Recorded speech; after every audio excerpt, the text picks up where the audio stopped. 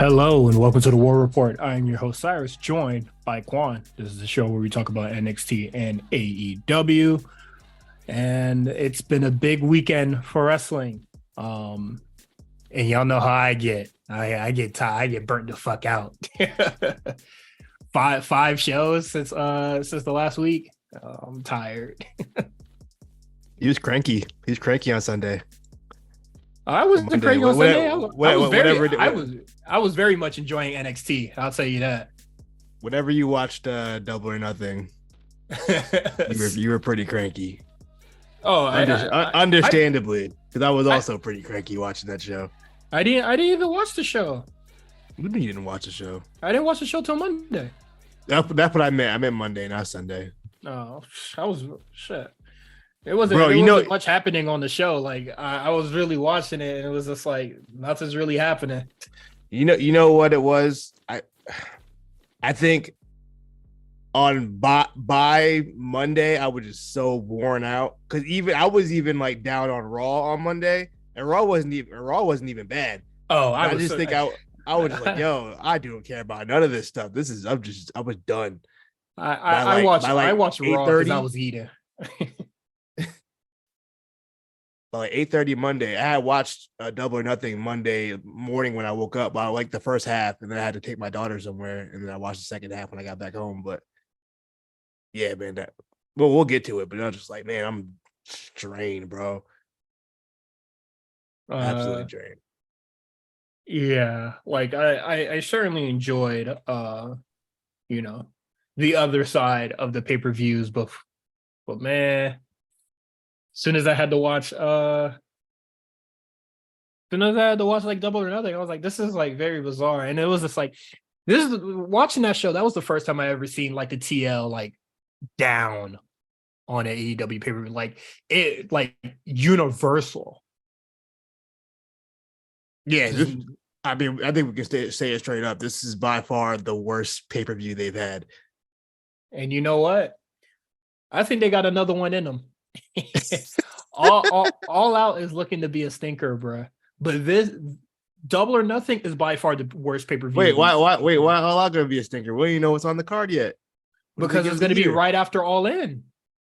No, All In's after All Out. I got it. No, you're right. I got All Out and All In. Whatever's after Wembley, because that show is clearly going to be the Rampage pay-per-view.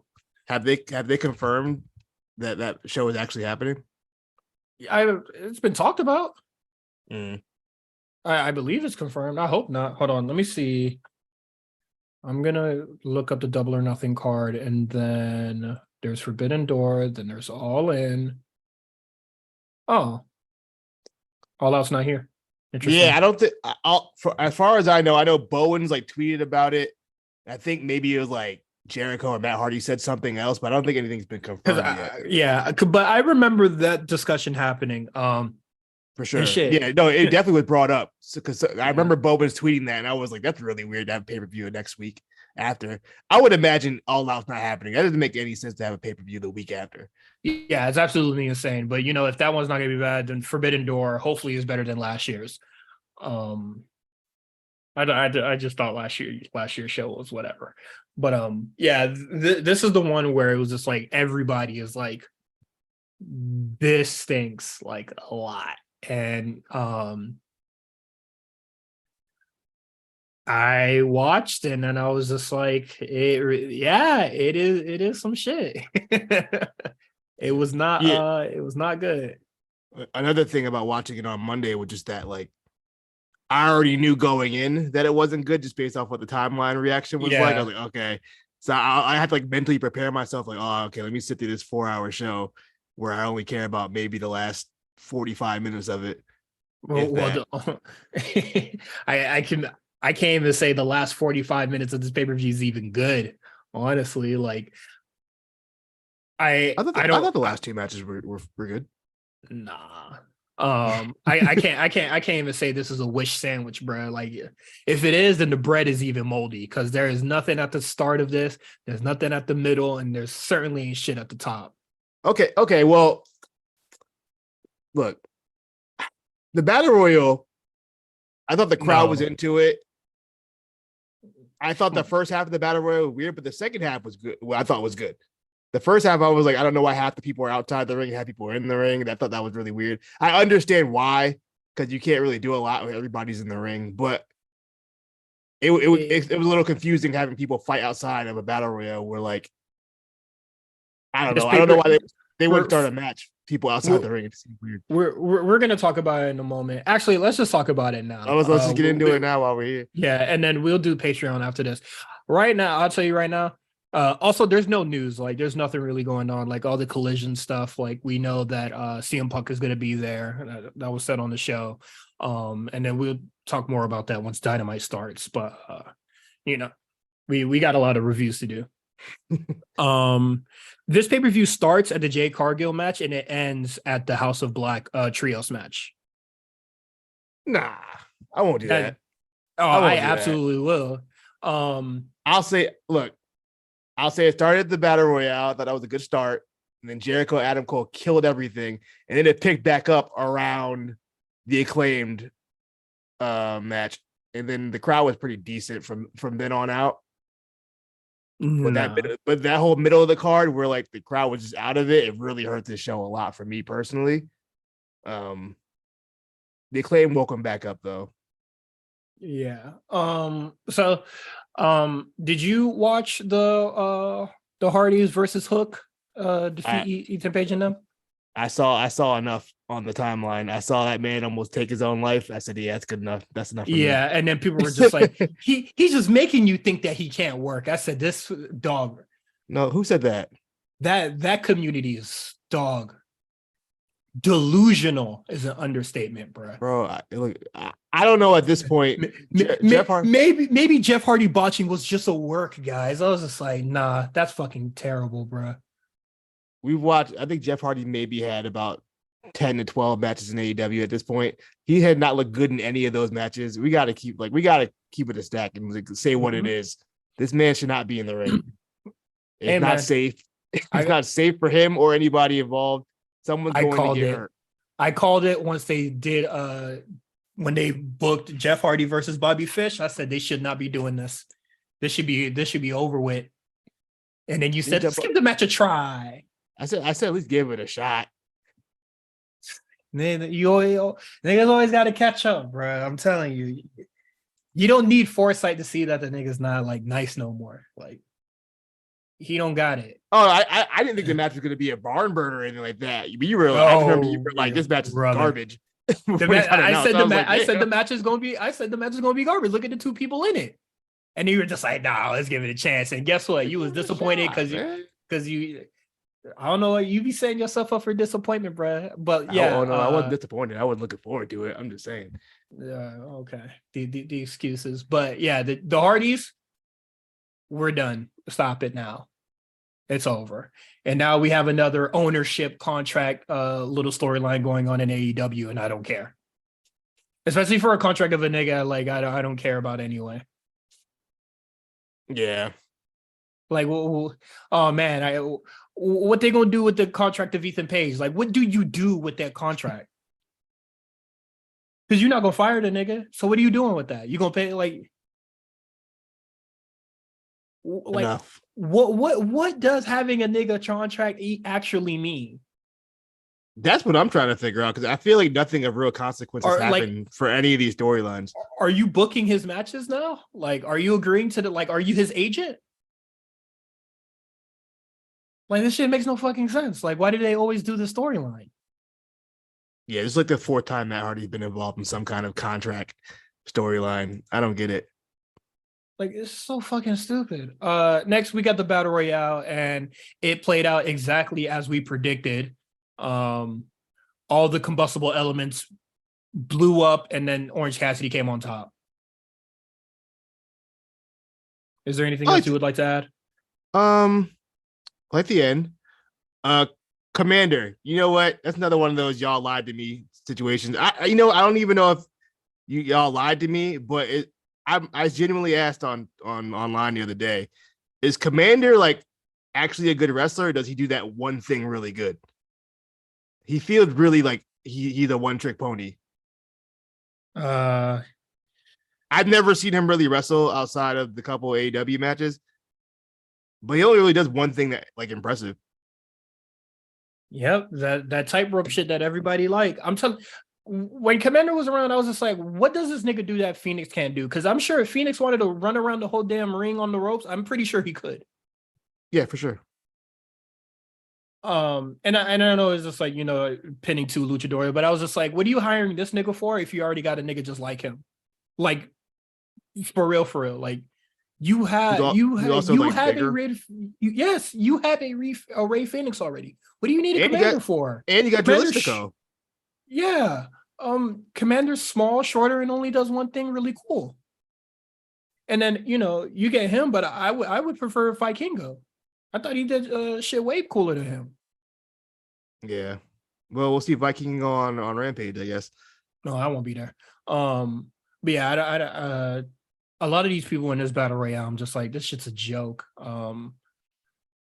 But the best man won, so that's all that really matters. I don't even recall Dustin Rhodes even being in it, but he was there, I guess. I don't recall Dustin Rhodes being in it either. I don't remember. I barely remember who was in it. I just remember the final three was like Big Bill, Swerve, and what was it? And Orange Cassidy. I gotta imagine Swerve is up next for that belt. Well, it seems like it. We'll see. And then then we gotta act like we're gonna watch the TL act like AEW is the greatest land in the world because they give Swerve a belt. But I guess it gives him and Keith Lee to fight over something. Bro, I genuinely don't think they're ever gonna have a singles match. It don't feel like it. I don't remember last time Keith Lee done a single match that went longer than like 3 minutes.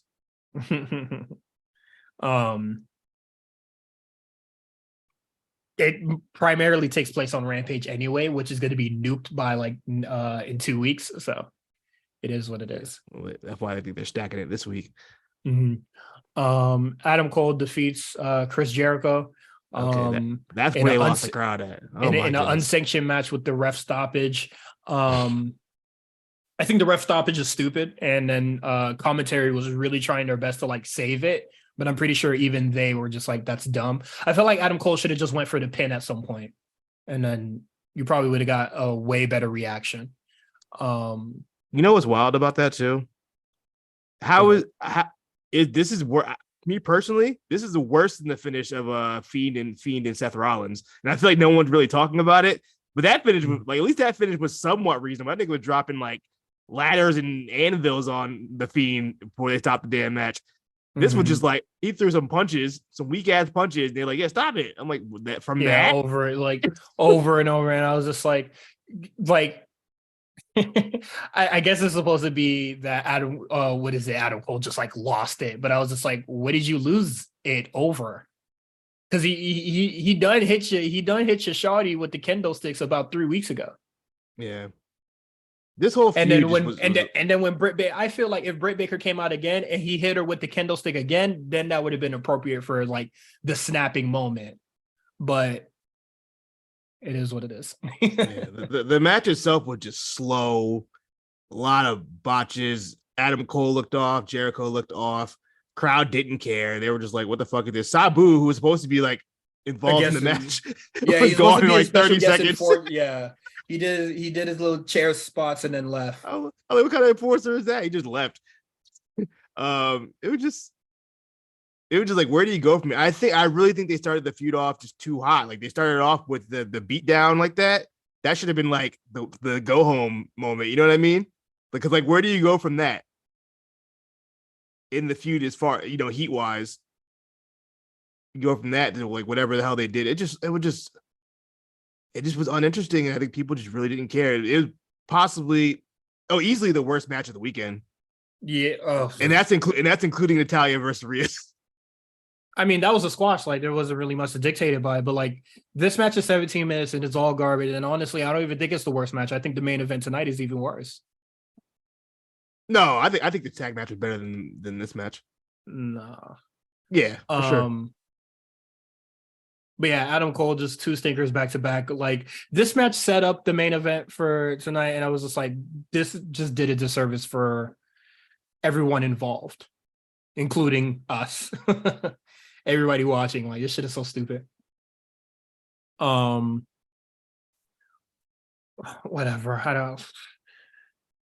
Whatever, I don't give a shit. Next match for the tag titles, the AEW World Tag Team titles, we got FTR defeating Jeff Jarrett and Jay Lethal, with special guest referee Mark Briscoe. I wanted to like this match. It just didn't. It just gave me nothing to like about it. Let me. I have to go on Twitter because I was doing like a little Twitter review so I could like remember for this show. But it was definitely overbooked. A lot of stuff going on at the end. So overbooked. The whole second half of that match was just like, yo, what is going on? But I think it was overbooked it in a much more entertaining way than the match previous to that was. I don't understand where Aubrey Edwards getting a guitar shot to the head came from. That was so random. Like what I put, I put this match was boring, and I truly felt that like my attention was fading throughout the whole match. And then the one time I did pay attention, I put the clip in the chat where Dax taps Mark Briscoe for the Jeff Jarrett guitar spot, but Jeff Jarrett wasn't in position yet, so they turned back around, and I was just like, all right, I'm checking back the fuck out. I must have missed that. I'll send you the clip. I didn't take it off my phone yet. But I think we need to really evaluate how good FTR is. Like I don't think I've been a long time believer that FTR is as good as their opponent is. And I think the reason they got such high praise in NXT was because of their opponents. Because there was that NXT era had a really, really, really strong tag division with DIY and American Alpha and whoever else was rocking around that time. Yeah. I also put in that tweet, I can't believe the Acclaim got canned for this. The story is stupid, and Mark Briscoe was barely refereeing. Yeah, man, I'm not really fucking with FTR, and then like looking at what they got next, I'm not looking forward to that either. As soon as these belts got off the Acclaim, like the tag titles truly like, well, it feels tertiary, whatever, it feels of very little importance. Like it's not a high point on the card anymore. Yeah, AEW tag division was something they kind of bragged about, and I feel like they don't even do it anymore because like they know it's just like it's not at that level where it was a year ago. This was supposed to be we're going to care about tag team wrestling because WWE doesn't, and then the FTR doesn't really have a match until Sunday. Yeah, FTR is supposed to be like workers, blue collar workers. They don't really work a lot. Yeah, and it was just like, we talked about it on the prediction, last week's episode. Like, we like these guys because they wrestled really well, and I can't even say they wrestled a lot as a tag team on the show because it was usually just Dax in a singles match. Yeah, I don't know. FTR has they lost their appeal with me. Yes, that's what I was going to say. Like I was hanging on to it because I know they're good, but like after this match, I'm just like, yeah, I think we need to really just like stop gassing it. Yeah, and I hate like taking like real world stuff into the show, but me knowing how lame Dax is also didn't help. You know what I mean? Yeah. Like I didn't know the guy's a fucking loser. I'm just like, I don't know. Yeah, I really wasn't like, I don't know, man. There's nothing else I wanted to say about this. It's fucking whatever. I didn't really like this match. Next, we got a ladder match with Wardlow and Christian Cage. It's pretty forgettable, but I did like that Swanton he did. I'll give them that much. That Swanton looked really good off the ladder. Mm-hmm. Really cool. That was a cool little spot they can use for video packages for time to come.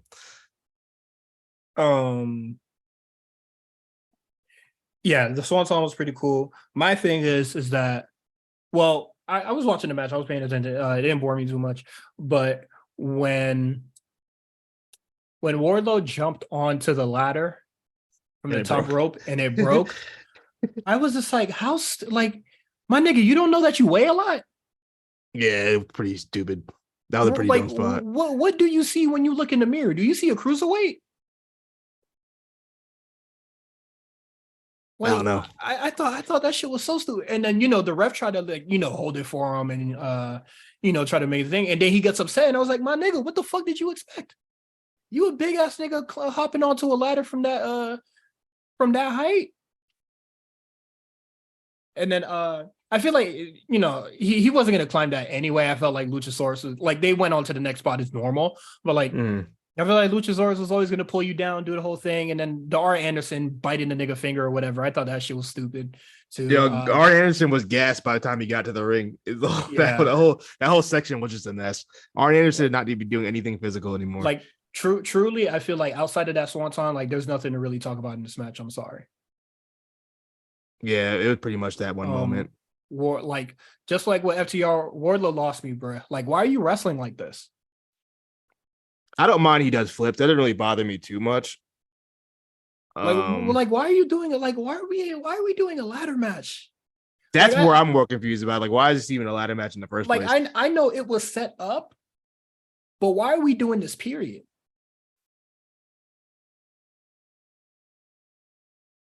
Yeah, I'm with you on that one. No, man. Just I like Wardlow. Wardlow kind of lost me a long time ago, but I know he is good. He just I don't mind him doing the flip shit if it's for big matches. I don't want him to see him doing that during like a standard, Dynamite match. I don't mind it either. Like I thought the Swanton was alright, but I don't know, man. Him jumping on the ladder, I was just like, dog, this nigga is so stupid. Like that's not the dumbest thing I've seen on this show, but I was like, this shit is stupid, yo.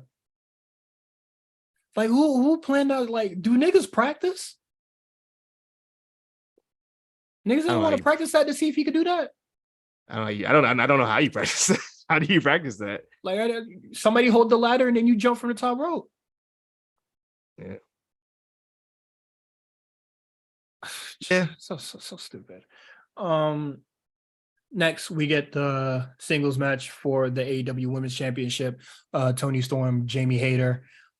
Toni Storm defeats Jamie Hayter, and I don't like this match, but I'm okay with it. If that's fair. Yeah, I mean, they tried with the best they could with the situation they were in. But I got a question: how injured is Jamie Hayter if she was able to do that much? I mean, that's the main question I want to ask. If Jamie Hayter was at least good for this match, I feel like this match could have possibly just been postponed to when she was okay. Yeah, just I don't know, book something else. Because her arm is injured and all that, and then she's still doing lariats, she's still doing her normal offense, not really like selling it or whatever, to the point where she just rips off the tape anyway. Yeah, I feel like if something had to get cut, I would truly understand. Yeah, or you could just switch it up and made it like Saraya and whoever versus Hikaru Shida and them. You know what I mean? Like you could have done something else. You could have flipped it.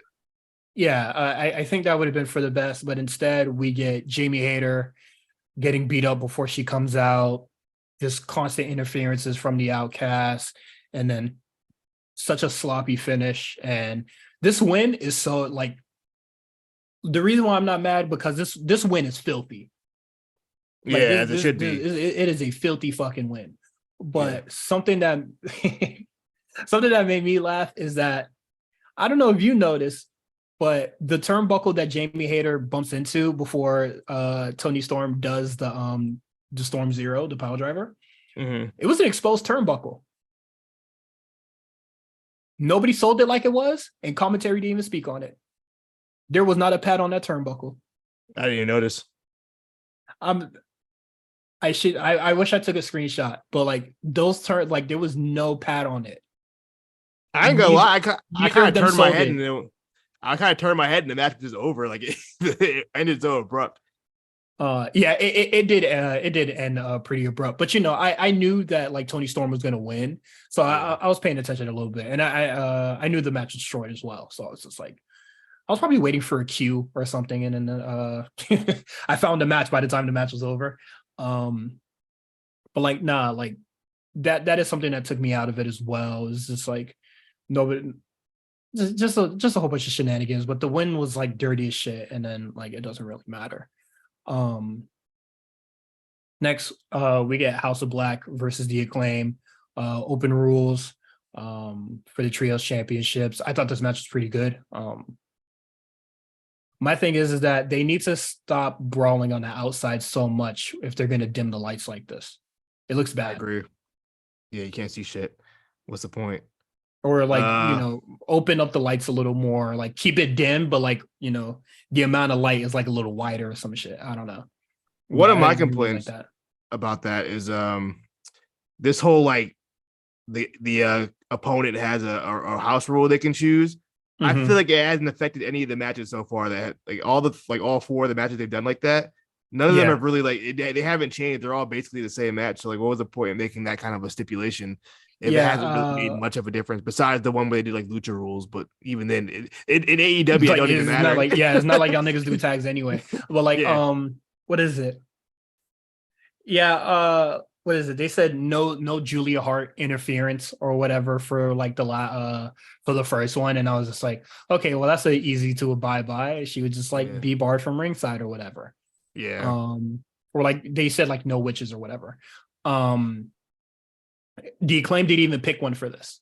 They said they didn't want one. They said it right in the rap. He was like, we don't even need one.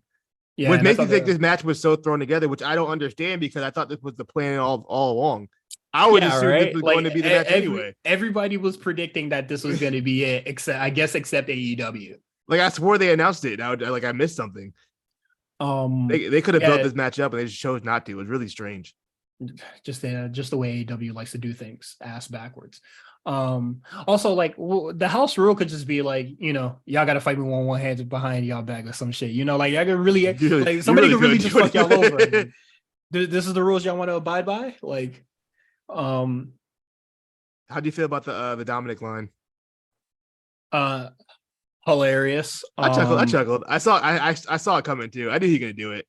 I thought the rap was pretty good. Probably his best rap yet. It made me laugh. No, because he why I can't give him credit. He reused the bar. He definitely used that the no black people in House of Black line before. I know for a fact he said that before. Yeah, he reused the bars. I can't respect it. That was even my favorite line, but I'm still gonna give him this probably it made me like out, like it made me laugh. Like the blackface line was funny. Yeah, it made me laugh. Especially in retrospect after the fact. Yeah. And then what is it? The RuPaul line to Brody King, and then Brody King just like laughing, and then the line towards Buddy Matthews, and Brody King had to look at him and be like, "You cool with that?" It's and then they didn't even show Malachi's face when he said he had black face on. I thought that was fucking funny. How do you react to that though? Because you got like there's mad people clowning you on the internet and making fun of you. I think any man is gonna get to you after a while. You know what I mean? I'm sure like it could get to you, but you don't have to show that publicly. You don't, but it's hard. I'd be making fun of him too, but also like if I was in his position, you'd be tight. I might end up being tight, and I might end up reacting online. And that's how you lose your queen of brutality, bro. And then that makes it worse because then don't react. Be strong. It comes to Megan Party situation where like if you don't react, like why are you defending your girl? And then if you do react, it's gonna blow back in your face if she leaves you or something like that. You know what I mean? It's like a lose-lose. It don't have to be that. You just have to be secure. Don't be insecure, and then whatever discussion that you have between your partners, your business, it doesn't have to be ours. He just got to stay strong. But how many mentions a day you think people are giving them Dominic piping your queen? How many mentions you think you get a day of that? Hey man, you better pay for that Twitter Blue and make it verified only. Bro, that must be crazy. Just don't check social media. Turn your comments off. There's ways to avoid shit that you don't want to see. You feel me? You can mute Dominic.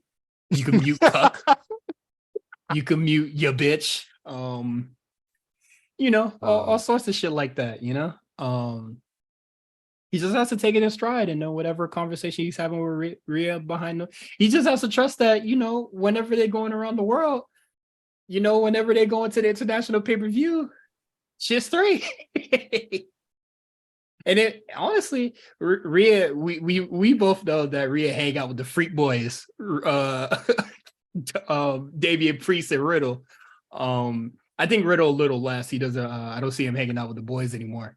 Oh no! Have you seen who he's been hanging out with recently? Yeah, he's been hanging out with his new chick.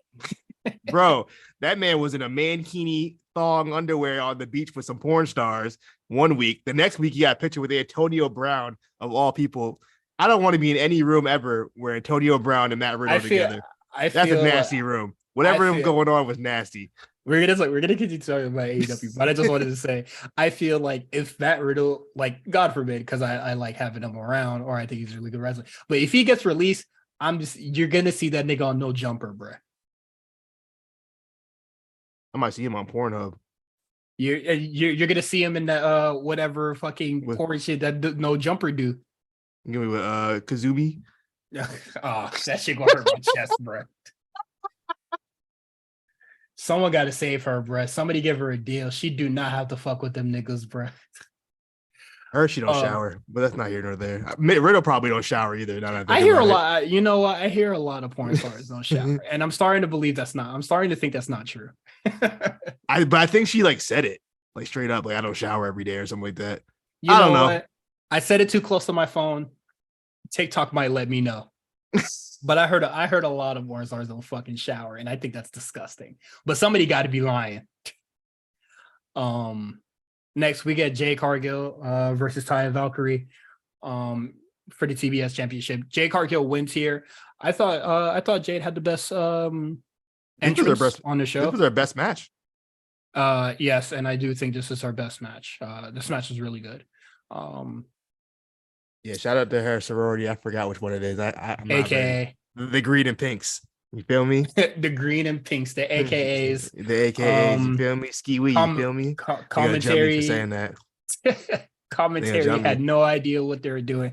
AEW didn't highlight this at all. And no, Excalibur gave the shout out. He says it's the oldest black. Oh yeah. He gave it the shout out. He gave it credit. Now the crowd, I don't know. The crowd knew what the hell was going on. The crowd didn't give a shit. They didn't know what the fuck they was looking at. But that one was for us. That was for us. That wasn't for them. They said, look at these niggas hipping and hopping. Yeah, that's the energy that I see them giving. But yeah, this match is good. Much better than their previous match. Taya Valkyrie put on her working boots for this. Jade tried. And then the match was over. And then Jade Cargill just doing the dumb thing again, just being like, man, fuck it. That shit was too easy. And won it, probably her longest match yet. And then she was just like, man, I'll take another one. And then Chris Statlander comes out. And then people are just like, the pay-per-view is saved. Big pop. I thought it was a good moment. This is probably the highlight of the show as far as moments. Oh, absolutely.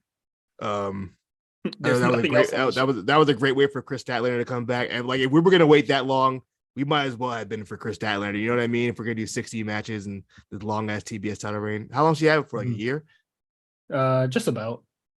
Well, yeah. So I thought that was a great moment. Good for Chris Statlander. Hopefully she can stay healthy. This what she had like 2 surgeries, right? Mm-hmm. She's gone for a while, so yeah, it's good for Chris. And she's already getting a better. She's already getting a better run. Or hey. Already. Jade had the belt for people didn't like to hear that, but Jade had the belt for 500 days, 508 days. What a reign. What a reign. But yeah, I like the Chris Statlander return. I like Chris Statlander. I'm not down on her or anything. Hopefully she can bring some work rate to this fucking belt. Yeah. The much needed prestige that it never got, and this 500 and whatever fucking amount of days this shit was. What do you think next for Jade at this point? Do you finally mix her in with the big girls? Absolutely not. What are you gonna do with her? You have her wrestle as normal, and hopefully she gets better. I supposedly Wrestle heard that who? probably a Serena D, well, whatever the fuck is going on in Collision. Um, wrestle somebody. She needs to get I better. But I I heard feel she's like gonna be taking a hiatus after this, so who knows? I feel like after a 500-day reign, Yeah, you you should should be probably take a mixing hiatus. that, or you should at least be mixing up with the big girls. I feel like you shouldn't be with the at this point. You need to be with the social outcasts, the Jamie haters, the Hikaru Shidas. You need to be with those girls. That part that my thing is that I don't want her to get mixed up in that because that shit's already terrible.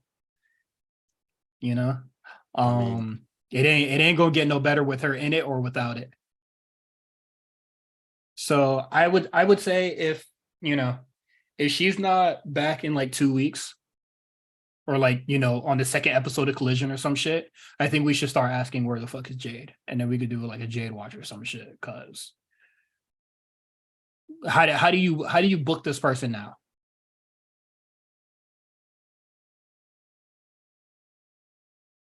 that's where I'm at. So that's for Tony Khan to figure out. I don't really give a shit. Wish her the best of luck. The Fatal 4-Way for the AEW Championship, the 4 pillars. You said you liked this match, so I'm curious. I'm Yeah, curious. I enjoyed this match. Everybody got special entrance except for Jungle Boy. He's a dork. There's nothing shout special about the nigga. Shout out to Sammy Guevara for having a baby. It's always exciting. I feel like they're kind of baby facing him. At this point, he's a baby face, right? I guess. I mean, they pretty much have no choice now. How you gonna boo a nigga with a baby? Yeah, a baby on the way. Plus, he hasn't really been around Jericho and them for a while. He's been on the kind of his own. So, I mean, whatever. I thought as far as the match goes, for a fatal 4-way, I had no doubts that they're gonna have good chemistry together. I think all 4 guys got their shit in. Sammy seemed extra motivated on this night. He was really going all in, flips and whatever, his usual Sammy stuff. Mm-hmm. The middle part where they were doing all those Canadian destroyers, lame. You know how I feel about the Canadian destroyer stuff. I felt like anytime they did offense that involved all 3 of them or all 4 of them, I thought it was pretty lame. Like when they all had like some knee bars or leg locks on all 4 of each other. I thought that human centipede. Yeah, that's yeah. very very indie. It's very PWG type of thing. When they all did their moves with their mentors, that was a little cute little thing they did. That was cute. But I thought it was a fun finish. I like the finish, but I didn't because I feel like they were trying to do the MJF hits Jungle Boy in the back with the belt, and then he does the headlock takeover on the belt to Darby. Mm-hmm. I feel like he accidentally kicked the belt out the way, so it didn't look as good. It was still, I mean, the finish was still fine for what it was, but I was just like, damn, I wish he wouldn't have accidentally kicked the belt like that. Yeah, I didn't hate this match. I thought this match was fairly entertaining. The crowd was into it. Yeah, I'll say that for sure. My only problem with this match is that there's a lot of spot to spot. There wasn't a lot of like wrestling in between. And I guess I guess that's per the course if you're gonna have, 4 or like 3 spot guys in a match, and an MJF. So yeah, there was just like a lot of going to spot. Like it was just like, okay, now we all go to the outside. Where like you do a dive and then I do a dive. Like it was very choreographed. There was very little wrestling in between the spots. Mm-hmm. And I felt like the only time that they were really wrestling is like when they started doing, the quote unquote wrestling is like when they were doing the Canadian destroyers and shit, and then the leg lock thing. But when they finally started wrestling, I thought it was lame. So you reap what you sow. Darby Allin looks like a geek. Like now he looks like an absolute loser. How do you let a nigga beat you with a headlock takeover twice? Low-key, twice. I feel like he has to beat MJF now, right? Like he has to be the guy to do it. Otherwise, that's embarrassing if you do it. If you lose that like that twice. Mm-hmm. Well, honestly, what claim does Darby have? He's the nigga that got pinned and screwed it for the other people. I agree. They got to heat him back up. I'm truly surprised that Jungle Boy didn't take the pin here. Me too. I figured he'd be the one to take the pin. Also, another thing about this match, as far as the match itself, it was cool, but no one came out of that looking any better except for like the whole feud. No one really came out of it looking better except MJF. If we're gonna be honest, I don't even want to say but MJF. I don't think anybody looks good here. Yeah, I don't think anybody looked good coming in. Nobody looked good during the build. Nobody comes good looking out of it. Yeah, we're right back to the status quo, like where everything was before. Yeah, and like if this is your 4 pillars, I would be very fucking worried. What they should have did, which would have made more sense. They should have had. I think I saw like Brian Alvarez say this, but like they should have did a singles match with Jungle Boy and MJF, then did the singles match with MJF and Sammy, and then MJF and Darby, and then do the Fatal 4-Way. Like build these guys up. I just felt like it wasn't where it needed to be. I felt like this match was just rushed. Like this is a match you do a year from now, not a match you do now. You know what I mean? This is like Ricky Stark said it on the podcast, and he was just like, the four pillars is just a tagline. Because for all Japan, it meant something. I mean, he straight up said it. He said, "What are the ratings looking like when they're out there? What is the merchandise they selling? Mm-hmm. Is MJF really selling them devil shirts? Who buying those? Let's give it a stack. They're not putting more money in nobody's pocket. They're not drawing a dime. They're not putting shit out. They ain't doing shit much on TV. For ratings or anything like that. But yeah, like the pillar is just a tagline. It's just like you have, to me, all I saw is that you have 4 guys that aren't ready to really like hold it down.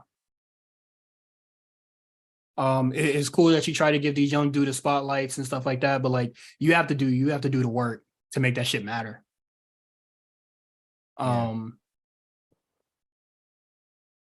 Did this match have the potential to be good? Yes.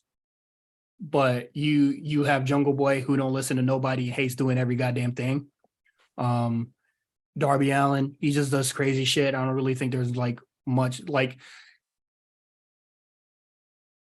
he's I like Darby. I think Darby's cool too, but I don't think he's much of a wrestler for real. I think he wrestles as much as MJF does, like in the actual match, like mat wrestling and shit like that. Yeah, he can work. But like he's a very big spot guy, and then that goes Sammy Guevara's all spots. Yeah, but at least with Darby, he kind of wrestles. Sammy just doing spots. He's just like, and then little flip. Let me get my flip in. You feel me? Yeah, and then Jungle Boy, he's a wrestler, but he's just fucking boring. And I would echo that same sentiment to MJF. Like every like what JC and Gigi where he's trying to figure out if they're actually good or not. Like it's been a few years and I'm still trying to figure it out for MJF. I think MJF's a fine in-ring worker. He's just not consistent enough for me to really like. I don't care. I guess he for sure not no world champion. Who would you have world champion right now? World champion? Shit, honestly I would have kept it on Moxley. Ugh. Maybe this iteration of Moxley, yeah. You probably this heel iteration. Like, did you what is it? And then what is it? So if we would have kept it on Moxley and we get to this pay-per-view, instead of Anarchy in the Arena, we probably could have got like another John Moxley Hangman Page or another John Moxley Kenny Omega. And then Kenny Omega probably could have put on his fucking working boots for that. And then you still get the silly swerve anyway. Yeah, you still could have got there.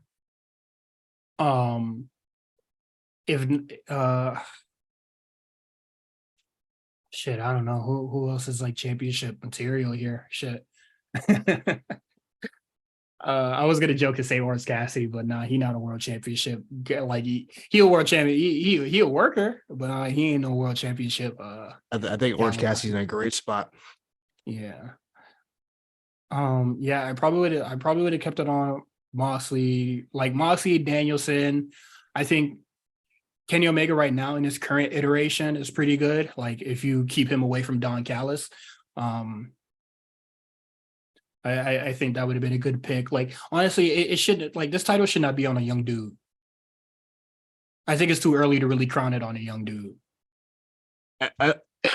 Yeah, unless you're like a once in a lifetime talent, like you're you're a Brock Lesnar. And guess what MJF is not, bro? He is not that special young talent. He's not. Yeah. Excuse me. Unless you were Brock Lesnar or who else was really young when they won it? Orton. And even Orton wasn't even really ready when he first got it. If we're gonna keep it a stack. You know what I mean? Like I seriously don't know how, like, if Punk still had that belt and he didn't get injured or whatever, I can like understand if you want to put MGF in a title feud with him, but like even when he was feuding with Moxley, like there was nothing there. Like Moxley just thinks you're a bitch and that's it. Like there's no real story. Like there wasn't really even a story there. And honestly, most of the story was backstage drama anyway. Like Tony Khan this, Tony Khan that, backstage this, keeping me away from the title that. Mm-hmm. Yeah, MJF, he's just he not good, man. Also, another thing about MJF, the press conference again with this contract talk stuff. Yeah, he like this is like have some kind of like variety. No, just have some kind of like self-awareness of like the company right now. Like they're in a position right now where you can't be doing like I'm unhappy backstage shit. Like there's already enough bullshit going on for you to push that kind of shit out again. I'm unhappy backstage or whatever the fuck. Him saying that he's unhappy with Tony Khan will never trump the Punk shit. But even so, just like the optics of it, like he'll forever be in Punk shadow. Yeah. But just like if y'all trying to cast a new light on AEW and like it's not like there's not a bunch of like immature political bullshit going on backstage. Why would you do that as a champion of the company on this bidding war bullshit? You should be saying, "Oh, I never want to leave AEW" or something like that, even if it's a lie. You know what I mean? Because athletes do that all the time. That's the babyface shit. But I feel like he could flip it, into He could find a way if he's as good as a talker. People say he is. He could find a way to not have to do that. You know what I mean? You know what? People say that WWE, WWE has interest in me, blah blah blah, this and that. But I'm about to milk this fucking sap for all he got before I go. Yeah, or something like that. It's just I don't know. It's like who's that getting over for? This bidding war shit, like to get yourself over. Oh yeah, it's all to get him over, and I truly feel like there's no real interest for this nigga, man. I think WWE is interested for sure. I do. In what aspect? They could probably see the potential in him. Oh, Triple H loved that. He's Triple H Jr. He wants to be Triple H so bad. I think Triple H sees that. This nigga's a terrible Triple H Jr., bro. I don't know, man. I'm over the MJF shit. Let's get into this Anarchy in the Arena match. Blackpool Combat Club defeats the Elite in this Anarchy in the Arena match. This isn't the worst Anarchy in the Arena or like Stadium Stampede joint, but I thought this one was I thought the one last year was shot better. Anarchy in Arena last year was much better than Anarchy in Arena this year. I think the first half of this match, the camera missed a lot of spots. Understandable. I don't really know what they wanted to do. Yeah, I don't really know how you like. I guess it's kind of the appeal, but like it was a lot of spots. I don't know. You did no real way to like time it because they're so spread apart. Everybody, It's like I don't really know how you do a match like this and not miss a bunch of spots because it's just like there's too much going on. You would need you're a producer. You need like 8 set of eyes to freaking catch what's going on.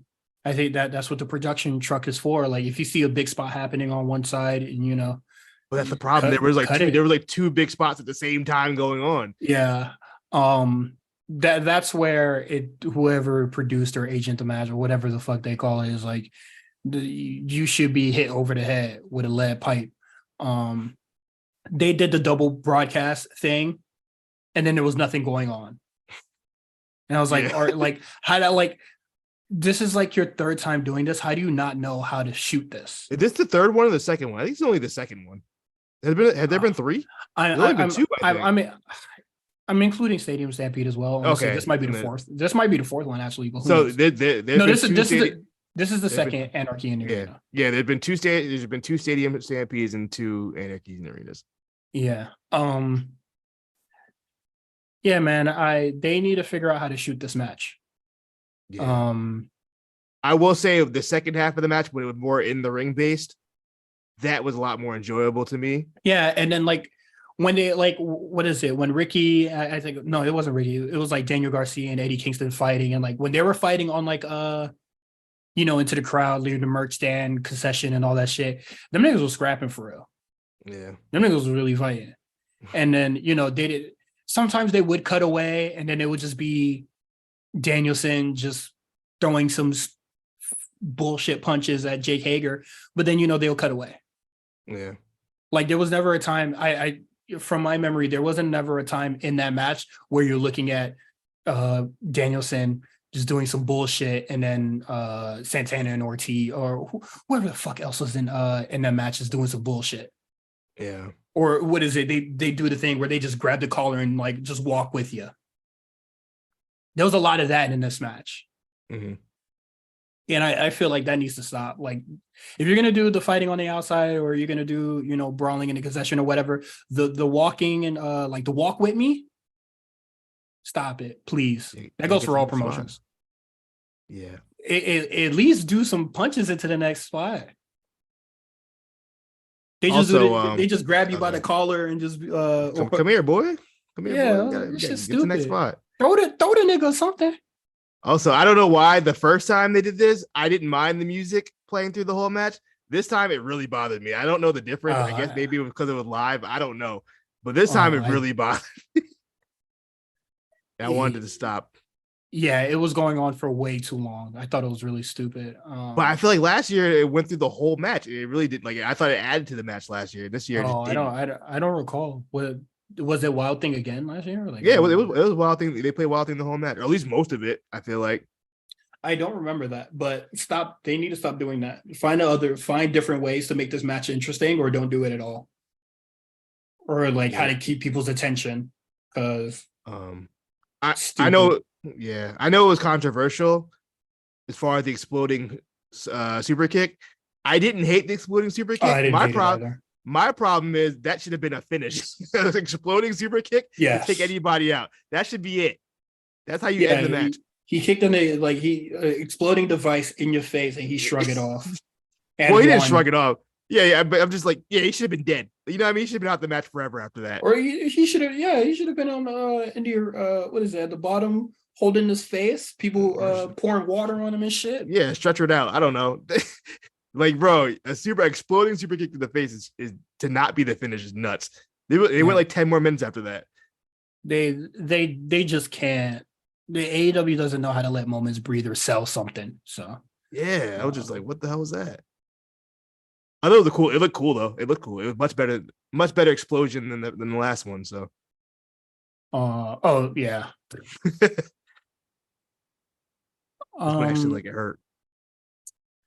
That is it for Double or Nothing. I rated this pay-per-view a 3 out of 10.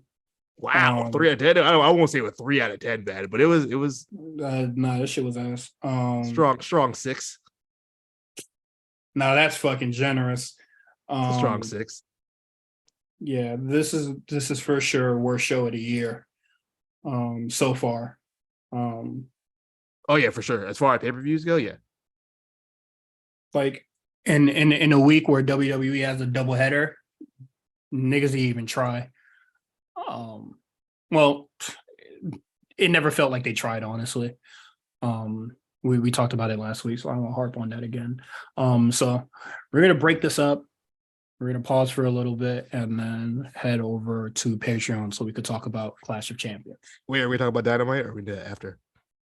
Oh yeah, you know what? My fault, fellas. My what is not Dynamite out while we're here. Yeah, so Chris Statlander and Nyla Rose, they have a really good match. Statlander on top. I thought the match was really good. There's finally, some work rate happening with that belt. No Jade. I feel like there wasn't anybody on this pay-per-view. No Jade tonight, no MJF tonight. No Kenny. The only people that wrestled on the show that were on the pay-per-view was Orange Cassidy and Orange Cassidy, Chris Statlander, and Blackpool Combat Club. not in the main event. Oh well, Oh Adam yeah, Cole and cool. Jericho. And I Um, guess technically, a lot of people did. Darby and Orange did. Trent, Big Bill, and Swerve did. oh yeah, sorry, I forgot about them. Um, yeah, I feel like a lot of important people. Let me clarify, it was not Yeah, on this card. yes, MJF was not on tonight. Kenny wasn't on tonight. Hmm. Jade. Yeah, a lot of the big hitters weren't there. I mean, Hmm. Bucks and Hangman were only really backstage. Yeah, same with Tony Storm, but it is what it is. No House of Black. The BCC, they defeat Lucha Brothers and Bandito. Um, the Wheeler Yuta experiment is starting again. Yeah. Mm. I don't know. I'm wasting my fucking time with this nigga, bro. Whatever. Yeah, they're starting to give Wheeler Yuta accolades like I pinned Kenny Omega. Yeah. As far as the six man that we watched tonight, it was fine, but it was impressive that 60-second stalling suplex. But like, Mm-hmm. why did the ref not stop this, bro? There were like 8 people in the ring at one time. The ref just let it happen. Moxley's like at one point. Moxley's just like staring at Willie U to be held up. I'm like, what are we doing? Look, cool. Yeah, I mean, like, it was fun. It was fun. But the crowd wasn't really into that spot. I just thought it was really funny. yeah, the crowd was fucking with it, but I don't know. I like after 30, I was just like, okay, you gonna drop that nigga eventually, and then I kind of just like tuned out. Next thing involving the Blackpool Combat Club, Don Callis comes out. That boy get booed to hell and back. Boy, that was are we officially naming that Dom Heat?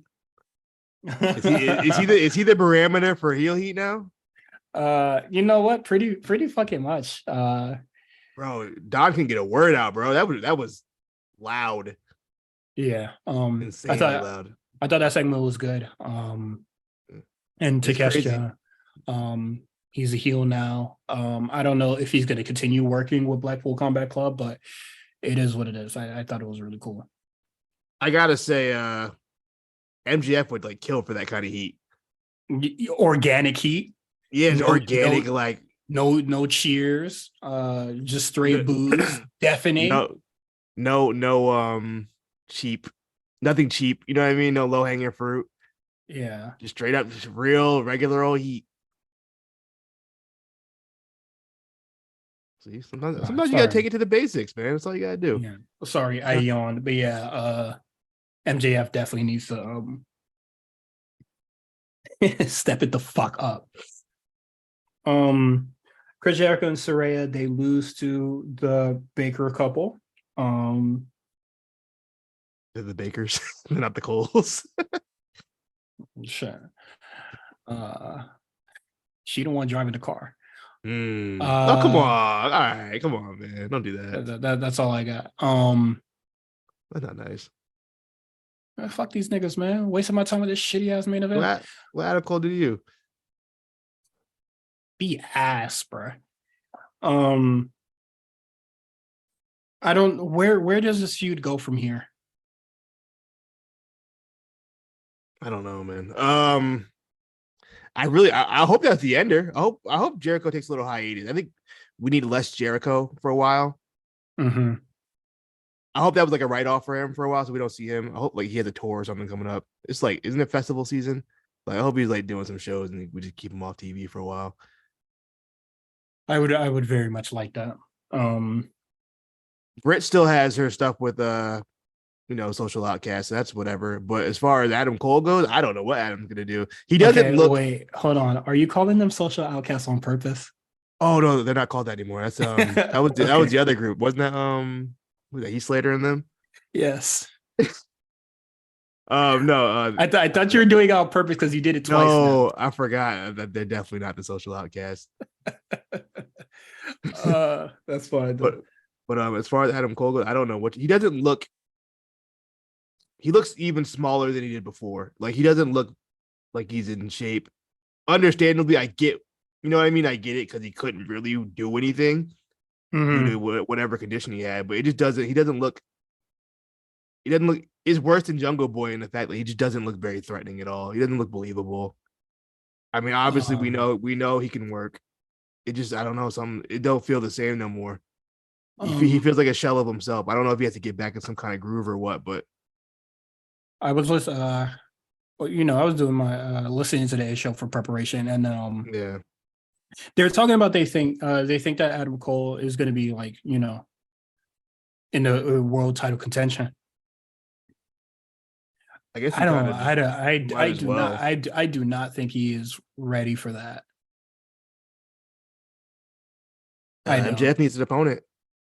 He does need an opponent. I just don't think Cole looks. I don't think Cole looks good coming out of this feud, or look good really going in.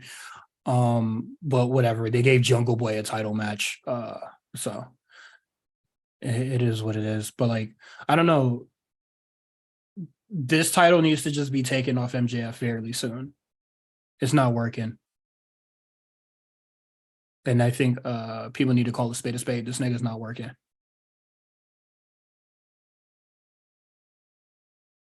Would you? I don't know what's next for Adam Cole, but I do not think the world title should be in his sights. I don't know which title could truly be his. There's too many face champions right now. He has no tag partner. Well, he is Roddy. Oh shit, we haven't seen him either. I don't know, man. I don't want to see a world title program with MJF and Adam Cole. Loki, I think MJF might embarrass Adam Cole. At this point, he might wrestle circles around that guy. And now promo him. Adam Cole has to significantly change his situation if he's not prepared for the low-hanging fruit that's going to be brought to the table. Yeah, you gotta cook him. So we'll see. Honestly, what is it? I've been seeing MJF taking a lot of shots at Britt Baker, so saying she's not a pillar or like some other shit. So I think that's the seeds planted for that. But sure, look forward to that, John. That is it for the main topics. Quick hits. We got Darby Allin and Orange Cassidy defeating whoever them niggas is.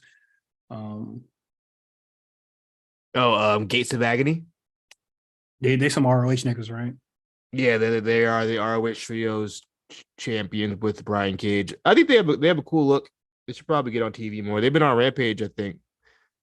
I know Bishop Khan has, at least. I think this is the first time Tana Leona, whatever his name is, has wrestled on AEW TV. Okay. Swerve defeats Big Bill and Trent, so he will be next up to face Orange Cassidy for the title. Yeah. The way they booked that was so strange. Like the explanation they gave was just so unnecessary. When all they had to do is say this is the number one contender match. They were like, this and this happened. I'm like, bro, you don't have to do all that. Like, I know we said give us a reason. All you gotta say is the number one contenders match. That's all you gotta say. Mm-hmm. Triple H does that once a month. He'll just do a random triple threat for a number one contenders or something. Or a battle royale. Yeah, or a battle. No, that's Shawn Michaels. No, that's NXT. Bro, I swear this is the fourth women's battle royale we've had this year. Next week is gonna be like the fourth one. I swear. Mm-hmm. And then we got Bullet Club Gold Pill speaks, and then they called out FTR, and they're outnumbered, so we should be expecting somebody soon. And that seems it seems like that's going to be something that they set up for Forbidden Door. Do you have any guesses? I don't even know who's in Bullet Club anymore. I don't know who's in Bullet Club, but they shouldn't even have Bullet Club affiliations because Jay White was kicked out. He really was. Maybe that'll come into play. Let me see who's in Bullet Club who could possibly jump over. It would have to be somebody that's on New Japan Strong or some shit. All right, let's look at the members of Japan. We got Bad Luck, who's still there. Chase Owens. I guess Finley. They could do Finley. I guess. Please stop right now. Finley's the nigga that kicked him out. I don't. You're right. Oh, he is the leader. That's right. You're right. You're right. Yeah, Dick Oh, to go. Dick Togo, but Dick to go. Um, I'm gonna call it and say it's El Fantasmo, whatever that nigga name is. was he still in it? I don't think he. I don't think so. He's in it. He's not in it. Yeah. I guess Bullet Club rejects come to the Bang Bang Gang. I can see maybe Kenta or Show. Nah. Has Show came to the States? I don't think Show's been to the States, has he? I don't know. It's gonna be the white nigga, bro. Give me out fantastic. I mean, they don't have any white people anymore, except Chase Owens. It's gonna be El Fantasmo or whatever that nigga name is. He's not in the group. He says he's a former member. He got kicked out in April, or left in April. Yeah, he's gonna be the one. How if he's not in the group? How's he gonna be the one? Because he's just gonna join. Jay White was also not in the group either when he formed this shit.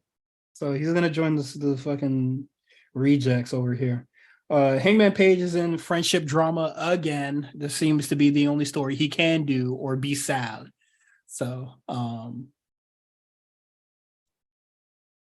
what is there to do? Guess we'll see. And it seems like Dark Order might turn heel, like you've always wanted. I just want Dark Order to die. It doesn't I just want all of them to have new gimmicks. Just end this. It's no need for Dark Order. Dark Order is cooked. Nobody cares about Dark Order anymore. Just end it. New gimmicks for everybody. New gimmick is a nice way to say I want you niggas gone. You don't even have to be gone because I like John Silver. I mean, even though he's whatever. Alex Reynolds cool with his fake beard. I don't know, man. They're just we moved past it. That's the problem with AEW. Like nobody wants to switch the gimmick up. It's been 4 years. I feel like everybody's had the same gimmick they had before, for the most part. Yeah. The only niggas to change are the dudes in Blackpool Combat Club that I can think of right now. They switched it up. That's kind of it. Obviously, I'm talking about stuff that's not really working. You know what I mean? Obviously, if this stuff works, you don't change it. I don't see why you would. But I just feel like it's really ran its course. It's unfortunate. I think once Brody kind of passed, it was never really the same. Because all they wanted to do was memorial for him, and it's just which is understandable. That's understandable, but it was just at some point you're gonna have to do your own thing, and I think I think they probably should have rebranded or broke up long time ago, and then if they would have broken up. Because he's been gone for 2 years now. I feel like if they were broken up a lot earlier and then they came back together, I feel like you could have got a decent pop out of that. Yeah. And plus, I think Preston Vance leaving didn't really help. It was just okay, now. Oh, now he don't do jack shit. Yeah, now he's just a guy now. I thought removing the mask and showing that he's actually a pretty attractive dude, it was just I thought that was going to do wonders for brother. He just Rush's Rush's gateway to TV because he's white. But yeah, that's it for AEW. Let's take a pause here, and now we'll talk about Night of Champions. All right, NXT Battleground, good show. I liked it. Yeah, man, this was much better than Stand and Deliver. Oh, absolutely. I don't even want to think about Stand and Deliver. This was just a really, really good show, and I'm just man. This is what NXT needed. I noticed, I believe every match had somebody, besides the main event, had somebody from NXT UK involved. We talked about it before, how NXT UK has really upped the in-ring in NXT now. And the quality of just the in-ring work is improved greatly. And it really showed in this match. I just thought everybody showed up to prove something that on Sunday. Yeah. I think the aspect of them going head-to-head with Double or Nothing. I think some people probably really took that to heart and said, "Yo, we could beat these guys and have a better show than them." I don't even AEW didn't even try, man. Yeah, I just think NXT. You know how I knew this was a good show? People who usually don't talk about it were even talking about it. People were going out of their way to talk about Dragunov Mm-hmm. and my man I Dijak.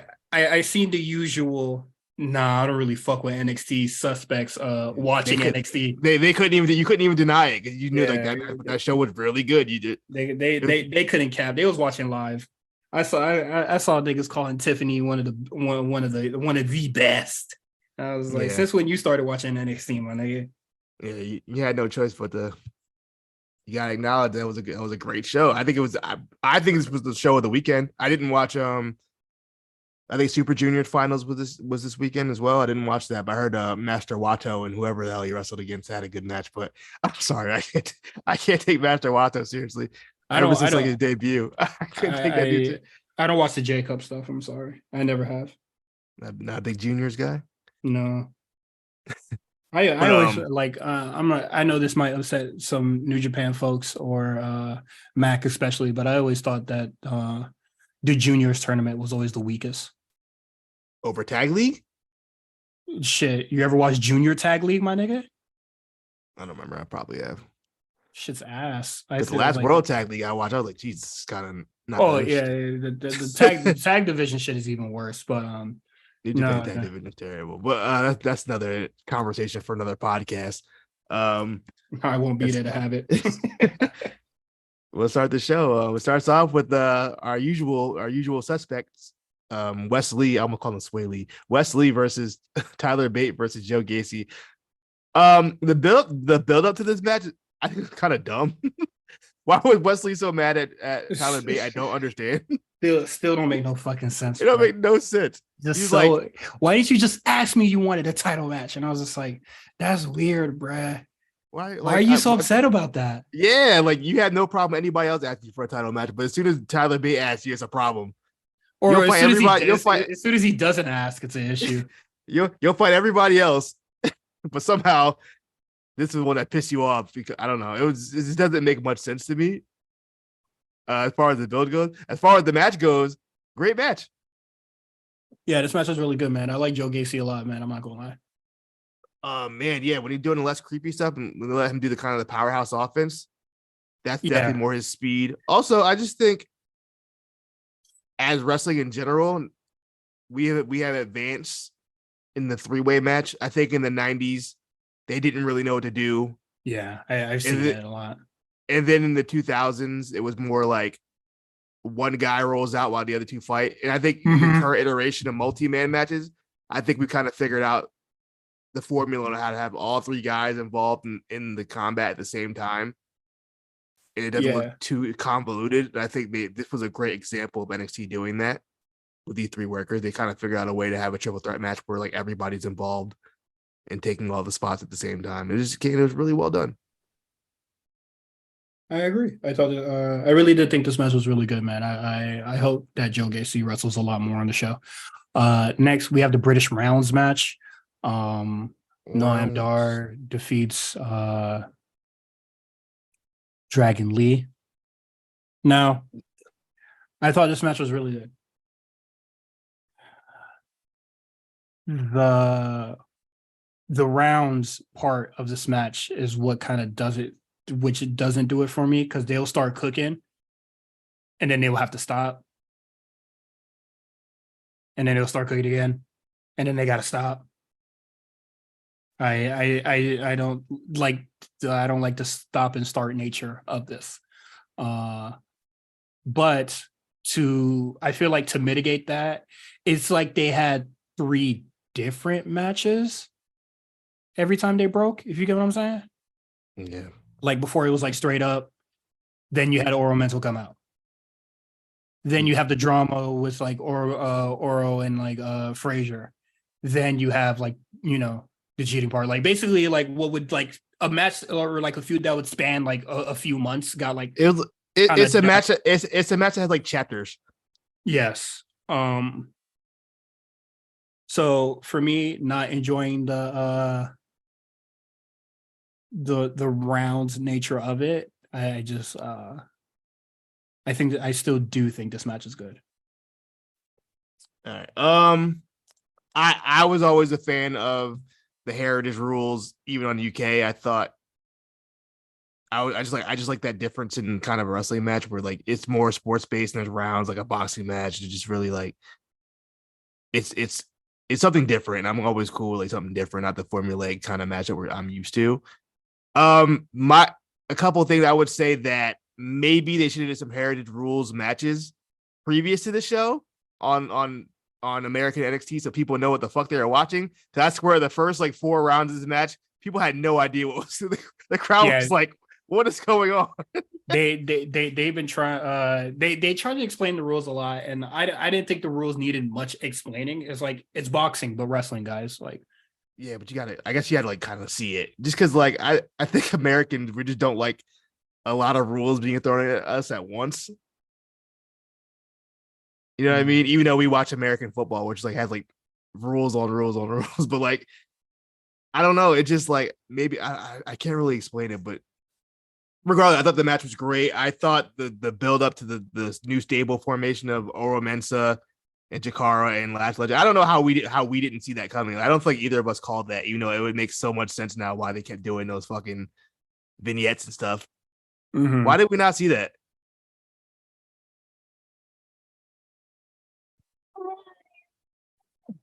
I feel like with our amount of years we've watched wrestling, so one of us would have caught that, but I guess not. But I like it. I like them doing something with Lash Legend and Jakara. Yes. It's about time.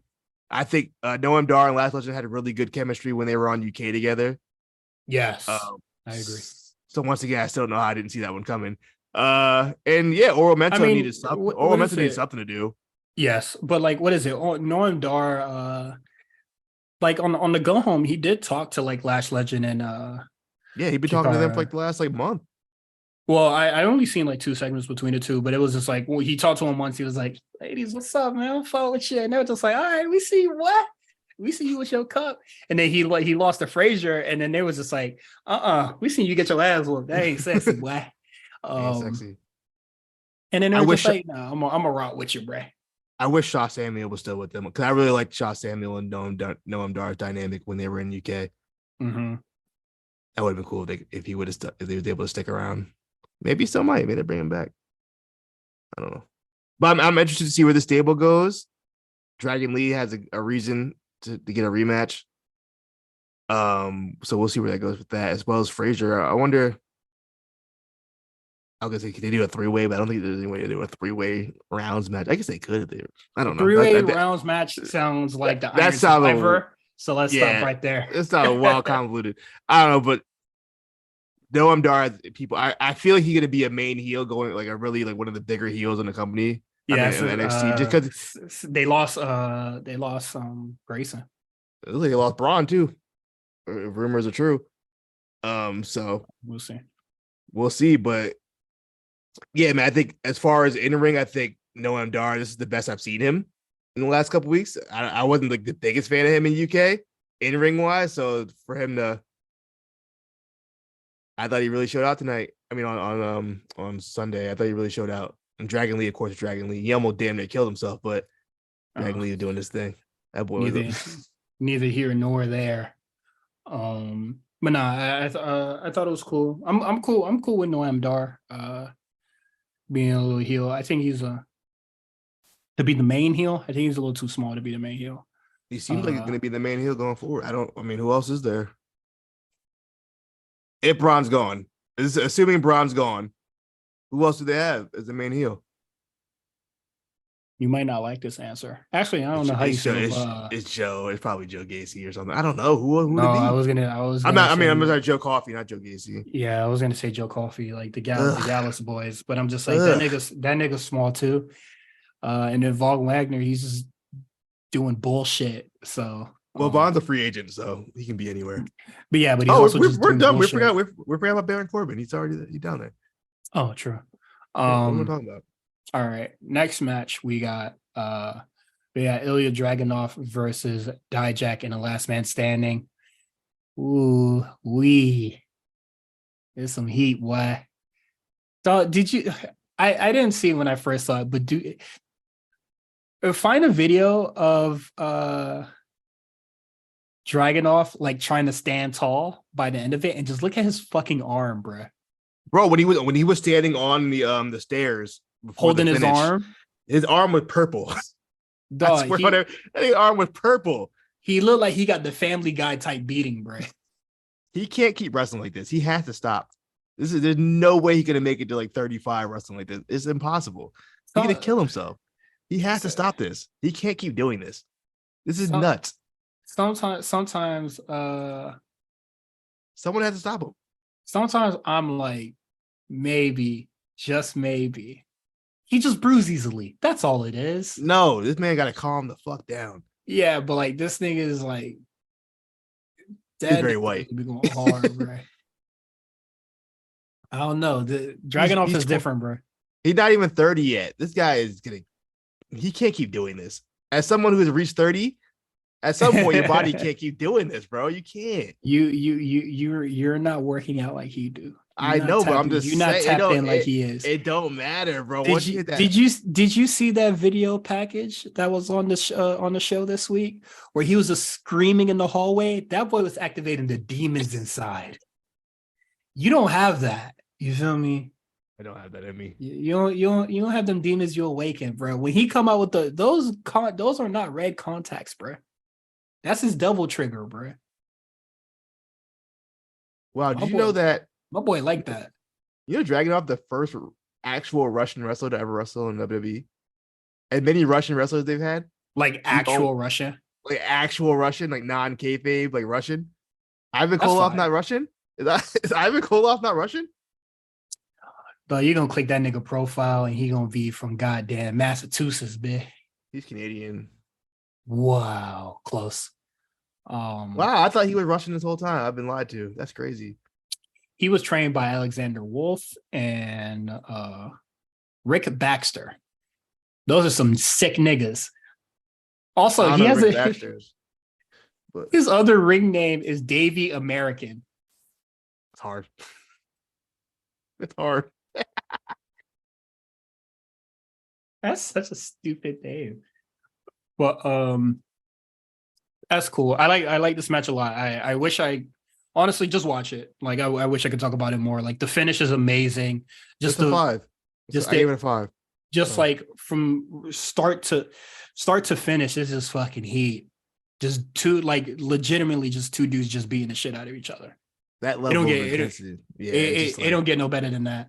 Bro, you know, I thought it was so funny. It was so cheesy. Dijak, when he came out and he told his wife and kid, he's like, send him to the back. He can't see this. That's ridiculous. Did you see that part? No. Yeah, I saw that. He was like, send him in the back. He can't look at this. All right, bro. I like, what is it? Hard boiled cop Dijak. I like this gimmick. I think it's funny. So funny. It's so I know cheesy. It's not supposed to be. I know it's not supposed to be funny, but I do like this gimmick. It's so 80s cheesy. It's hilarious. Yeah, that shit heat rock, bro. Yeah, but if there's anything you should watch this weekend is that match. It's bad enough that match was going on when Jericho and Adam Cole was going on. Yeah, this was real. This was real violence. While them niggas was playing Star Wars with steel chairs. These niggas fucking nerds, bro. Next match, the tag team match. Gallus versus the Creeds. I don't like this match. Only thing I cared about was Julius Creed doing the Germans and doing the kip ups. So that's just insane. But besides that, this match, I don't care. Yeah, that's really all I want to say about this match. I don't really like this match a lot. It's probably the weakest match on the card. Gallus boys are still on top. So and Ava and Ivy Nile have something going on. And let's handle that immediately. I guess. And let's start putting let's start putting some jumper cables on the tag divisions. I think the women's tag division is done in NXT, but like at least for the men's, let's start putting the jumper cables to that bitch. Yeah. Also, I should point. Okay. I guess I should point out there has been rumors that the Creeds are getting the call up as well as Braun. So that might have been a Creed's farewell. I kind of hope so, honestly. But we'll see. The who's farewell? The Creed brothers and Braun. What I've heard, possibly Dragunov as well. Or Dijak. I'm not believing no call up rumors. I can see that being Braun's farewell. I'll believe it when I see it. Yeah, I think the tag title. I think we're just waiting for Stacks and Tony D'Angelo to win those. I feel like they're next in line. That would make the most sense to me. I guess, bro. But like, then who the fuck do they face after, bro? Because NXT just doing a trope of we're just gonna have our tag team, like all our tag teams. We're just gonna have the partners fight, and then hopefully that like re-sparks their marriage or some shit. I want to know why they stopped putting Malik Blade and Enofe on TV. They had 2 segments on NXT for some reason in 2 different outfits. I don't know why they changed outfits, but they had 2 different segments. So I mean, maybe they're gonna start putting them back on TV again. So I always thought they were like pretty good. So I don't know why they just stopped like for months. It seems like we're just gonna have all the tag teams like fight each other, and then hopefully, please, can we get a Dusty Cup, please? Like, let's get these tag teams something to do. I don't know if we get Dusty Cup in Sean's NXT. Did they do one last year? Why shouldn't we? Did they do one last year? I feel like they did. But why shouldn't we? I don't know. Hey man, if Cody said no more, Cody said no more Dusty Cup, bro, I'll slap the shit out that nigga. But yeah, no, I thought that match was whatever. Dusty Cup. Oh, they did do one. Who won it? Creeds beat MSK. Damn, MSK was still. Damn, we've come a long way. Jeez. Yeah, right. Well, Wesley's survived it all. Listen to this bracket. MSK jacket time. Ooh, bro. No, man, that nigga's still employed, bro. That's crazy. Is Ike Majiro still employed? Yes. Wow. Okay. He's hurt, right? Isn't he hurt? I don't care. Did he get hurt? Didn't he get hurt on TV? Enofe and Legato, Briggs and Jensen, Creed, Chase University, which it was Chase and Bodie Hayward, and then Crystal Young Vet. Oof. And then the women were EO and Kaylee Ray, I guess. And they made it over to yeah. Amari Miller and Lash Legend, Tatum and Ivy. Amari Miller, the true speaker. Indy and Persia, Wendy and Dakota, Cora and Raquel. They put whoever together. Jesus Christ. Valentina and Elisa. Hashtag the Brazilians. You feel me? I missed them so much. I heard they were on SmackDown. That's good for them. They were getting squashed on SmackDown 2 weeks ago. Big Body Hobby got squashed on Raw on Monday as well. Oh, shout out to him, man. He got squashed by Indusher. Him and some other person who looked like 98 Matt Hardy. Oh, never mind. Not shout out to them. You job into bigger jobbers. Okay, but next, let's get into Tiffany Stratton defeating Lyra Valkyria. It is a sad day for the Fair City Bird Gang. But this match is fucking good. I love to see that this match ended and then like this match got all the flowers that it should have. Yeah, I thought it told a good story. Yo, Tiffany been watching her tapes. I don't know what she's been watching. She did a Muda lock. I said, what you know about the Muda lock? He tapped in, bro. I really think she'd be on her Japanese shit. I think she'd be watching like old school Japanese shit. Ooh. That would it feel like. I mean, the way she'd be working. They not the only niggas that do the Muda lock out there, bro. Who else in WWE did the Muda lock?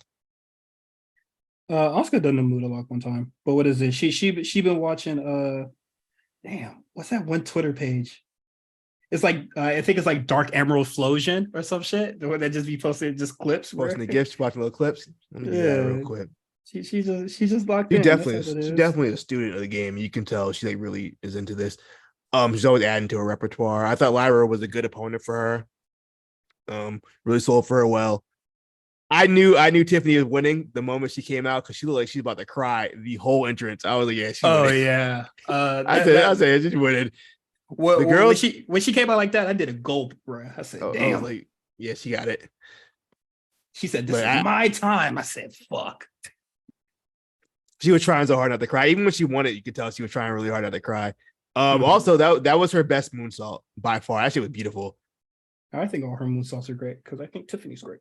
Also, another thing that understated, she didn't cheat the whole tournament. She won everything clean. Yeah, that's a good thing to point out. Yeah, She beat everybody clean. She did not cheat. she's the way that she's the heel, she's just a piece of shit. Yeah. Yeah, really, really good stuff from Tiffany, man. I love her work, and Lyra as well, just really great.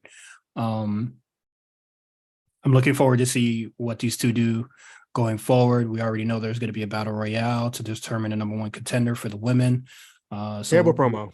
I'll say that much. Yeah, that promo was ass. She needs to work on that. I feel like people should have probably, I don't know, people should have probably already like been out there or some shit. I don't know. It was her delivery. It was her. It was just bad.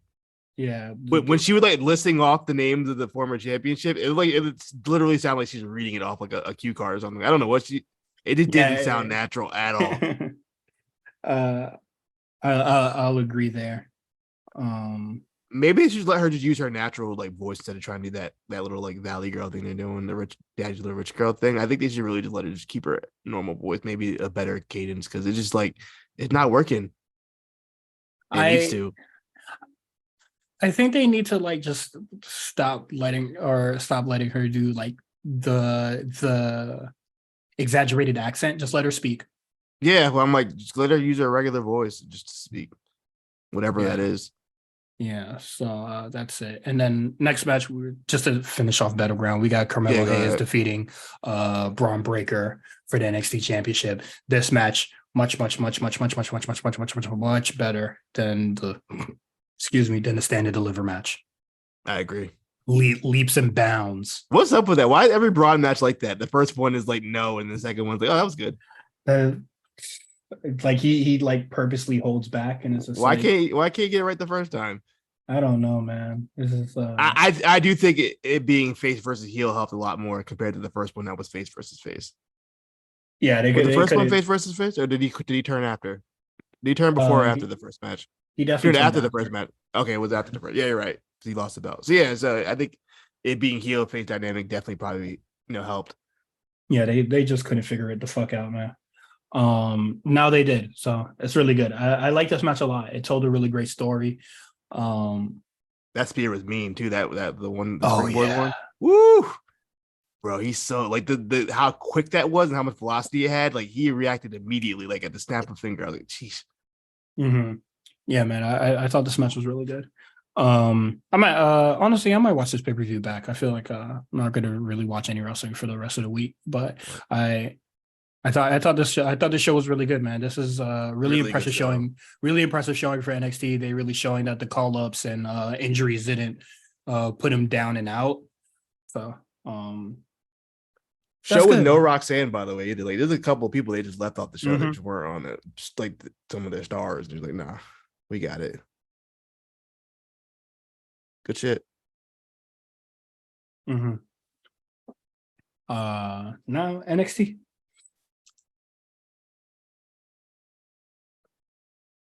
We got Gigi Dolan defeating JC Jane in the weaponized steel cage match. If you play this match at the match would be better if you turn the play speed up, because that girl Gigi slow, bro. Yeah.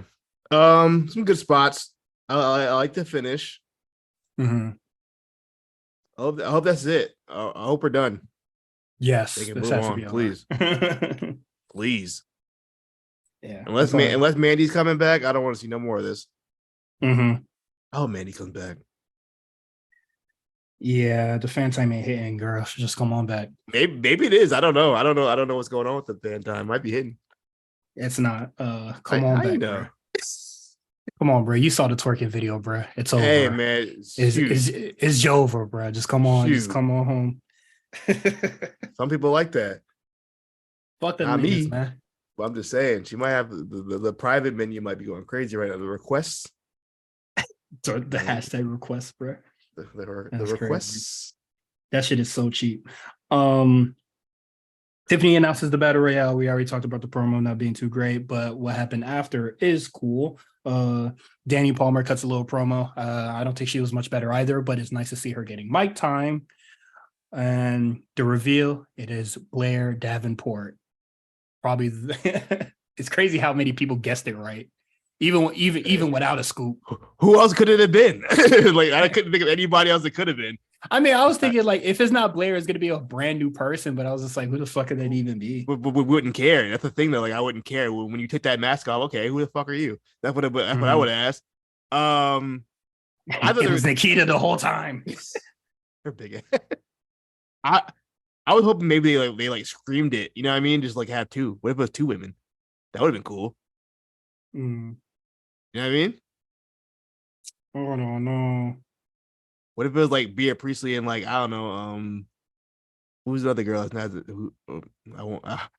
Only other girl I can think of would be Aaliyah James, who hasn't showed up yet. I just don't.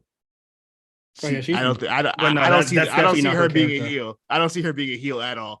She's too cute and bubbly to do that. She looks so good. I don't know how Noam Dar bagged that. It should have been me.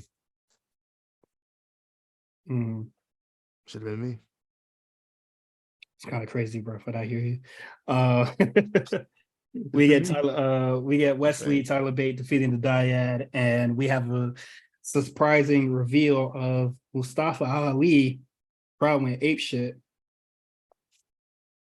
Get this cop off my TV show. What I said when I seen it. I don't like wrestlers in leather jackets anymore. They should have left that in the 90s.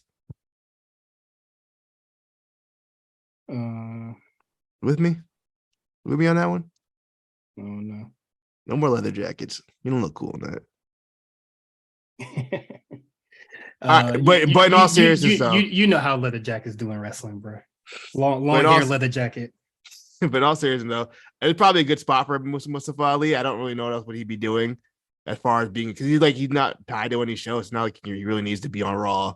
You don't really need to be on SmackDown. So yeah, put him in NXT. I think him and they want to do him and Dar. That'd be a good match. If they want to do him and Wesley, that's a good match. Fuck it, I'm cool with it. I don't really care for Mustafa Ali any other way. I think his promos are kind of some people are new. I think his promo style is not for me. His in ring had never been a problem for me. So it's always kind of been like his character. So we'll see what he does. If it feels like Apollo all over again. You know what I mean? Just guy in leather jacket. Guy in a jacket. Yeah. But he won't have visions. Lord knows what he's gonna do. I'm scared. I think he's already in a better place because he's gonna be facing Wesley. So that's true. That's cool. Next. Then we got Carmella Hayes defeating Noam Dar. I don't really have much to say about the segment that they had prior. I thought it was fine. That's about it. I don't really have nothing to say about the promo prior. We still don't have a name for the stable yet, right? Did I miss it? No. We don't have a name for the stable yet. Okay, we don't have a name for the stable yet. This match was good. Kind of. Well, I really want to say overbooked, but towards the end there was a lot of shenanigans happening with Noam Dar's crew trying to cheat, and Frazier and Dragon Lee coming out. There's a lot of that, but Carmelo Hayes stand tall at the end, goes to the rampway, and my nigga, is that Baron Corbin? What the fuck? Baron Corbin. I think this is good for him because he was not doing shit on any of them shows.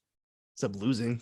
I think he's like 0-12 on the year. Let me see. Yeah, he was losing, and he was like, on top of losing, he was getting embarrassed. Like, I feel like the JBL thing, where JBL was just like, nah, dog, you're like dog shit. It was you wrong. I did no, he's not dog shit. Like, I feel like that shit did him no favors, and I feel like that was the worst way to end that relationship. Yeah, he's 0-12. Like, he's not like, won a match though.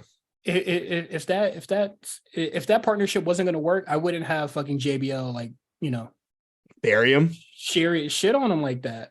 That was I know people like to use the term burial a lot. That was a burial. That was like, all right, you suck, man. I'm out of here. Yeah, like That's funny. Honestly, that shit had no legs anyway. Like I don't know I don't even know why the fuck he was like paired with I think whatever. they just wanted to I don't put care. JBL on TV. I guess he was like back there. Like, yeah, just put him on TV, bro. It's like the word just the worst way to do it. It was stupid. I felt like maybe I mean Austin Theory can generate heat all by him alone, by himself, but like those two probably would have been a lot better together. Yeah. Quick hits so we can get out of here. I'm getting tired already. Me too. Stacks is running around accusing the people of snitching. Seems like he's overcompensating. And then he accuses Joe Coffey of snitching, and then Joe Coffey beats his ass after. Scripps thanks Axiom for removing his mask, and I was just like, damn, yeah, I ain't even try that. I ain't even really try to have a feud. They killed that shit real quick. No, they had a feud. They were wrestling each other for like weeks on Level Up. No, whatever. Also, I'm interested why they kept the name Scripps and not just go back to Reggie.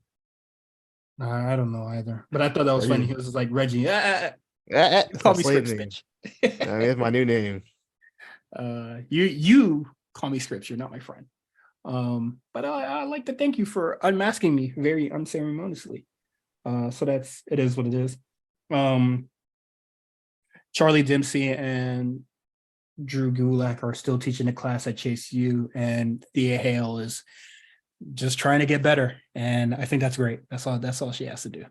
And I definitely thought during that Tiffany segment when she was talking shit all the girls, and she was just like, "Why are you even here?" And then the camera cut to Thea Hale. I was like, "All right, y'all agree." That was me. Von Wagner's gonna get therapy. I struggling to care about this shit. Cora Jade is bitching in the background with her black eyes.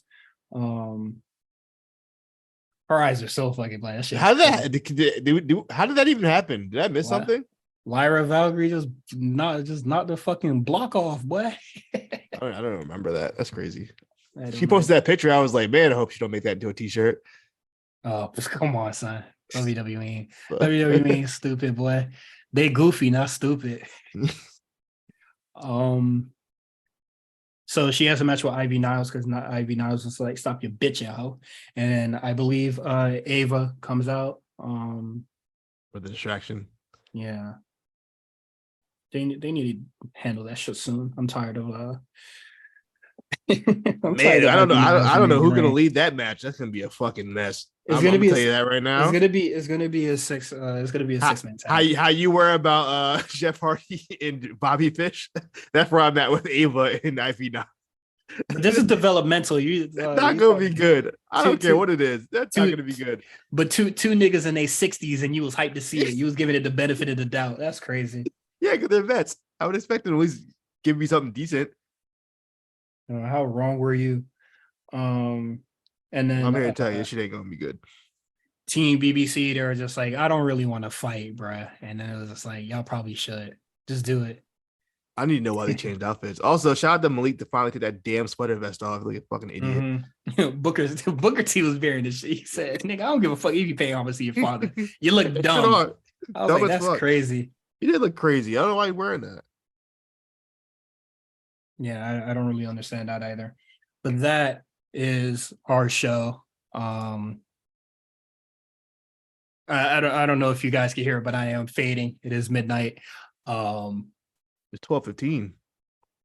Yeah. Be a minute. Subscribe to us on Patreon, patreon.com/the A Shows RNC. You can follow us on Twitter at the A Show RNC. You can follow Quan on Twitter at the Comeback Spot. You can follow me, Cyrus, at Cyrus on TWR. Everything is in the show notes. We'll see you guys next week. Hopefully there's more that happens more that happens in wrestling. So we have like news to talk about and shit like that. It's been a very slow week, and just everybody's just putting on their best show or trying to. So it is what it is. We are done. We are out.